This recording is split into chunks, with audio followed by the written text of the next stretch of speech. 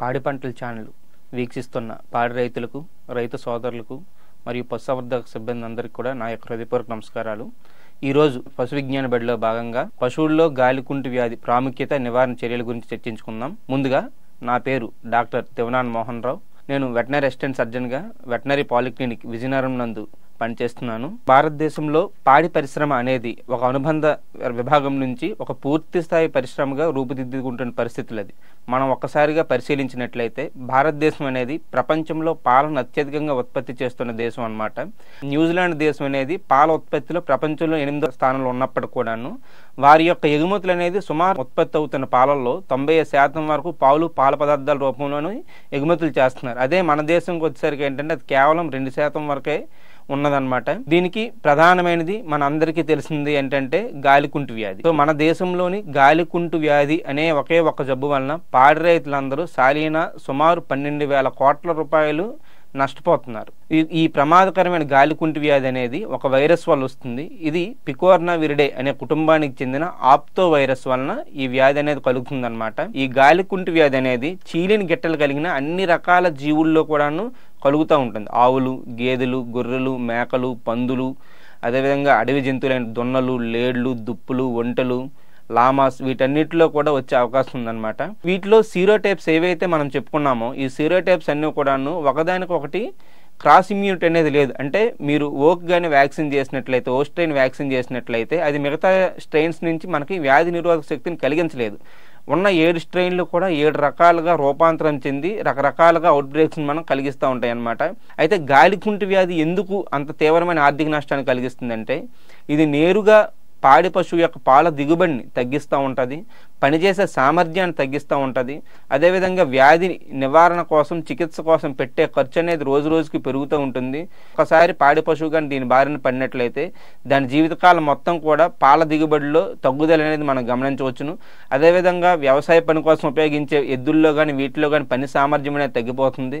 గర్భస్రావాలు జరిగే అవకాశం ఉంటుంది. ఈతల మధ్యన దూరం పెరుగుతూ ఉంటుంది. పశువులు సకాలంలో ఎదక రాకపోవడం అనేది జరుగుతూ ఉంటుంది.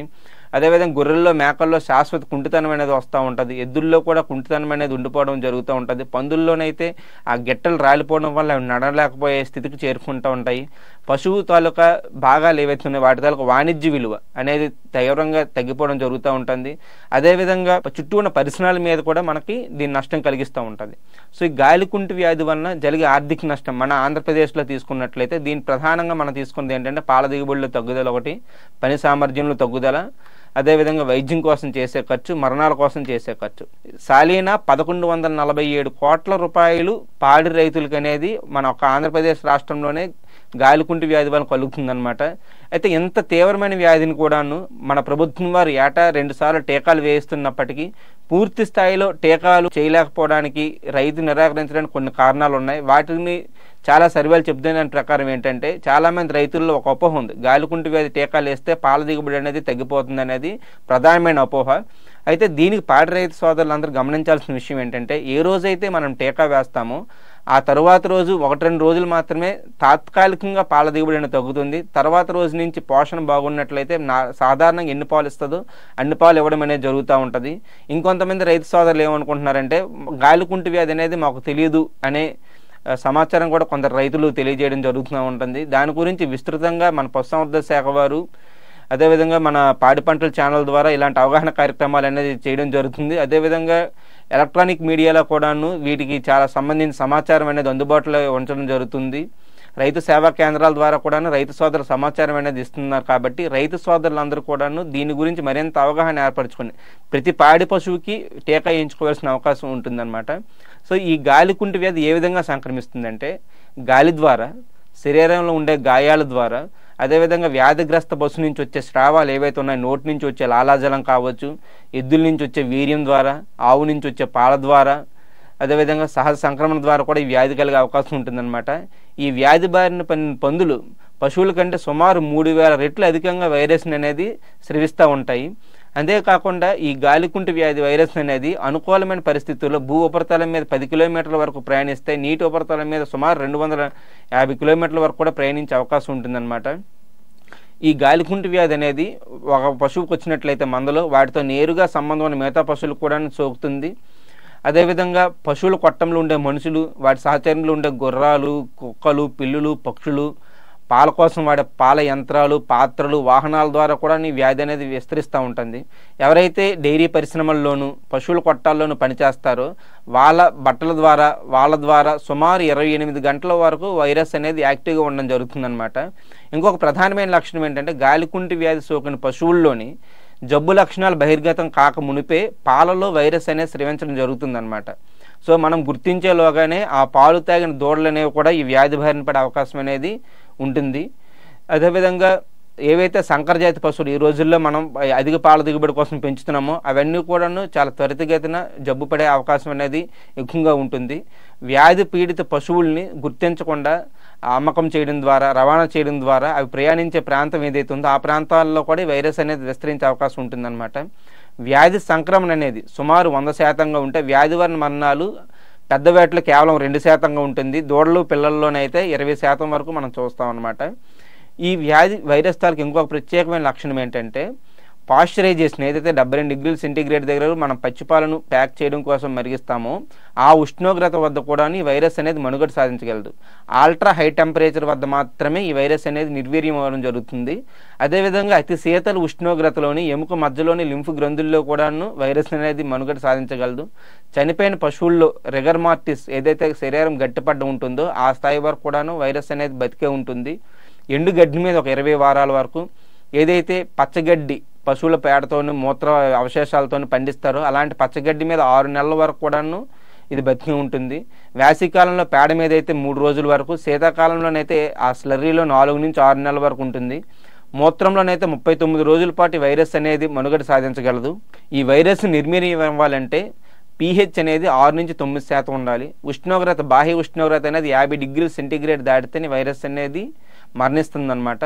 అదేవిధంగా 70 డిగ్రీల సెంటీగ్రేడ్ దగ్గర 30 నిమిషాల పాటు మాంసాన్ని ఉడికిస్తేనే వైరస్ అనేది నశించడం జరుగుతుంది.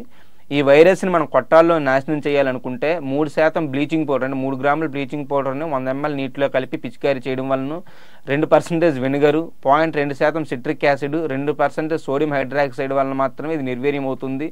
ఏదైతే క్వాటర్నరీ అమ్మోనియం కాంపౌండ్స్ ఉన్నాయో అవి ఈ వైరస్ మీద ఎలాంటి ప్రభావాన్ని చూపించలేవు. ఈ వ్యాధి పొదిగే కాలం, అంటే వ్యాధి శరీరంలో వైరస్ ప్రవేశించిన నుంచి మొదటి జబ్బు లక్షణాన్ని పట్టే కాలం ఏదైతే ఉందో పశువుల్లో ఇది 2 నుంచి 14 రోజుల పాటు ఉంటే, గొర్రెల్లోని మేకల్లోని 3 నుంచి 8 రోజుల పాటు, పందుల్లో 2 రోజుల పాటు ఉంటుందన్నమాట. వ్యాధి లక్షణాలు అనేది ఎంత మోతాదులో వైరస్ సోకింది, పశువు తాలూకు వయస్సు, పశువు జాతి, దానికి ఆల్రెడీ ఉన్న సహజ వ్యాధి నిరోధక శక్తి అనే అంశాల మీద ఆధారపడి లక్షణాలు ఉంటాయి. పశువుల్లోని ప్రథమంగా అతి తీవ్రమైన జ్వరం 104 డిగ్రీల ఫారెన్హీట్ వరకు మనం చూస్తాము. నాలుక, అంగిలి, ముట్టి మీద, డెంటల్ ప్యాడ్ మీద, చిగుళ్ళు, కాలి గిట్టల మీద, అదేవిధంగా కరోనరీ బ్యాండ్ మీద చిన్న చిన్న బొడుపుల లాంటి నిర్మాణాలు వస్తాయన్నమాట. కొన్నిసార్లు పొదుగు మీద కూడా బొడుపుల లాంటి వచ్చి పొదుగువాపు వ్యాధి కూడా కలిగిస్తుంది. నోటి నుంచి లాలాజలం అనేది తీగలాగా వేలబడుతూ ఉంటుందన్నమాట. పాల దిగుబడి అనేది తీవ్రంగా తగ్గిపోతుంది. సో నోటి భాగాల్లో ఏవైతే ఏర్పడిన బొబ్బలు ఉన్నాయో ఇవి 11 రోజుల్లో పూర్తి స్థాయిలో తగ్గిన 2 నుంచి 3 రోజుల్లోనే పశువు సాధారణంగా ఆహారం తీసుకోవడం జరుగుతుంది. కానీ ఈ వ్యాధి వలన వచ్చే నీరసం మాత్రం సుమారు 6 నెలల పాటు పశువును ఆవహించి 6 నెలల పాటు పశువు అనేది వ్యాధిని వ్యాపింపజేసే శక్తిని కలిగి ఉంటుందన్నమాట. దూడల్లో మనం గమనించినట్లయితే ఎలాంటి జబ్బు లక్షణాలు లేకుండా అకస్మాత్తుగా హృదయ సంబంధితమైన సమస్యలతో చచ్చిపోవడం అనేది జరుగుతూ ఉంటుందండి. ఈ వ్యాధి బారిన పడి కోలుకున్న పశువులన్నిటిని కూడాను జుట్టు విపరీతంగా పెరగడం, సకాలంలో ఎదక రాకపోవడం, ఎండను తట్టుకోలేకపోవడం వంటి లక్షణాలు చూపించి ప్యాంటర్స్గా మారుతాయి అన్నమాట. మీరు చూసినట్లయితే నోటిలో ఉండే ఏదైతే పైన పొర ఉంటుందో పొర ఊడిపోయి చాలా బాధాకరంగా ఉండడం, మేత సరిగా తీసుకోలేకపోవడం లాంటి లక్షణాలు అనేది చూస్తాయి. పందుల్లో చూస్తే పై లక్షణాలతో పాటు జ్వరం అనేది 106 డిగ్రీల వరకు ఉంటుంది. ఈ వ్యాధి సోకిన పందులన్నీ కూడా గుంపులుగా ఉండి వాటి శరీర ఉపరితలాన్ని చాలా తక్కువగా బయటికి బహిర్గతం చేస్తాయి అన్నమాట.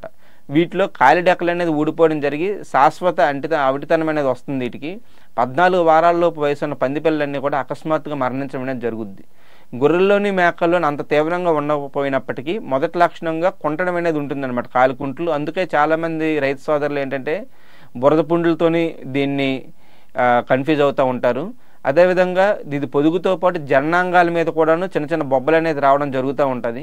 ఈ వ్యాధి సోకిన సన్నజీవాలు ఏవైతే ఉన్నాయో వాటిలో పాక్స్ మరియు పిల్లి ముసలి వ్యాధి బారిన పడే అవకాశం ఎక్కువ, వాటి వల్ల ఎక్కువ మరణాలు సంభవిస్తాయి అన్నమాట. గొర్రె పిల్లల్లోని అకస్మాత్తుగా మరణాలు రావడం అనేది కూడా మనం చూస్తాం అన్నమాట. పందుల్లోని ముట్టి మీద నోట్లోని చిన్న చిన్న బొడిపిల్లా వస్తాయి.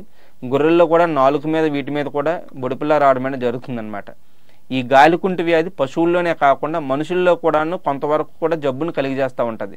ఎక్కువగా చిన్నపిల్లల్లో మనం చూస్తాం. చిన్నపిల్లల్లో వేళ్ళ మీద, కాలి మీద, నోటి చుట్టూ, నాలుక మీద చిన్న చిన్న బొబ్బలుగా వచ్చి జ్వరం ఉండడం, ఆహారం తీసుకోకపోవడం లాంటి లక్షణాలు కలుగుతూ ఉంటాయి. ఎవరైతే జంతువధశాలల్లోని ప్రయోగశాలలో పనిచేస్తారో, ఈ వైరస్ మీద ప్రయోగాలు చేస్తారో వాళ్ళందరూ కూడా ఈ వ్యాధి బారిన పడే అవకాశం అనేది ఎక్కువగా కలదన్నమాట. సో ఈ వ్యాధి చికిత్స కోసం మన దగ్గరలో ఉన్న పశు వైద్యశాలను సందర్శించినట్లయితే వైద్యం చేస్తారు. అయితే వైద్యం చేసినప్పటికీ ఈ వ్యాధి తాలూకు నష్టాన్ని మనం తగ్గించలేము కనుక వ్యాధి రాకుండా చూసుకోవడం అనేది చాలా ఉత్తమమైన పద్ధతి. ఏవైతే గాయాలు ఉన్నాయో ఆ గాయాలకి బోరోగ్లైజరిక్ పేస్ట్ రాయడం, పొటాషియం పర్మాంగనేట్ లోషన్తో శుభ్రం చేయడం, యాంటీబయాటిక్ మందులు అనేది క్రమం తప్పకుండా వాడడం, నొప్పి నివారణ మందులు వాడడం అనేది చాలా ముఖ్యం. వాటితో పాటు ఇథనో వెటనరీ కింద మనం జీలకర్ర 10 గ్రాములు, మెంతులు 10 గ్రాములు, నల్ల మిరియాలు, పసుపొడి 10 గ్రాములు చొప్పున తీసుకుని వాటినన్నిటిని కూడా ఒక ముద్దగా చేసుకుని వెల్లుల్లి రెబ్బలకు 4 వేసి కొబ్బరి తురుము కలుపుకొని ఈ పేస్ట్ని ఎప్పటికప్పుడు మనం తయారు చేసుకుని రోజుకు 3 సార్లు, కనీసం 3 నుంచి 5 సార్లు 5 రోజుల పాటు మనం నోటి గాయాల మీద, నోటి పూత మీద రాసినట్లయితే ఇవి త్వరగా మానే అవకాశం ఉంటుంది. అదేవిధంగా పాడి రైతు వీటిని సులభంగా ఇంటి దగ్గర తయారు చేసుకునే అవకాశం ఉంటుంది కాబట్టి ఆర్థికంగా కూడా కొంత నష్టాన్ని తను పూడ్చుకోవచ్చు. అదేవిధంగా కాలి గాయాల కోసం 10 వెల్లుల్లి రెబ్బలు, వేపాకులు, గోరింటాకులు, తులసి ఆకులు చేతి నిండా ఎండిపెడితేని తీసుకొని పసుపు ఒక 20 గ్రాములు కలిపి వాటిని ముద్దగా చేసుకుని దాని కొబ్బరి నూనె ఒక 250 ml కలిపి వీటిని గాయాలకి రోజు రాయడం వల్ల కొంతకాలంకి గాయాలు అనేది పూర్తి స్థాయిలో మానడం జరుగుతూ ఉంటుంది. అయితే ప్రస్తుతం మనం ఏదైతే చేస్తున్నామో ఈ వ్యాక్సిన్ అనేది అందులో ఉండే సీరో టైప్స్ మీద కేవలం 4 నుండి 6 నెలలు మాత్రమే రక్షణ కలిగించే అవకాశం ఉంటుంది. ఇంకొక ప్రధానమైన సమస్య ఏంటంటే ఈ వ్యాధి బారిన పడి కోలుకున్న పశువులు ఏవైతే ఉన్నాయో అవి లక్షణాల నుంచి మాత్రమే కోలుకుంటాయి. కానీ వాటి గొంతు లోపల ఉండే కణజాలంలోని ఈ వైరస్ అనేది 6 నెలల పాటు ఉంటుంది. దాని మీద ఎలాంటి మందులు పనిచేయవు కనుక అవి వాహకంగా పనిచేసి వ్యాధిని చాలా ఎక్కువగా విస్తరిస్తూ ఉంటాయి అన్నమాట.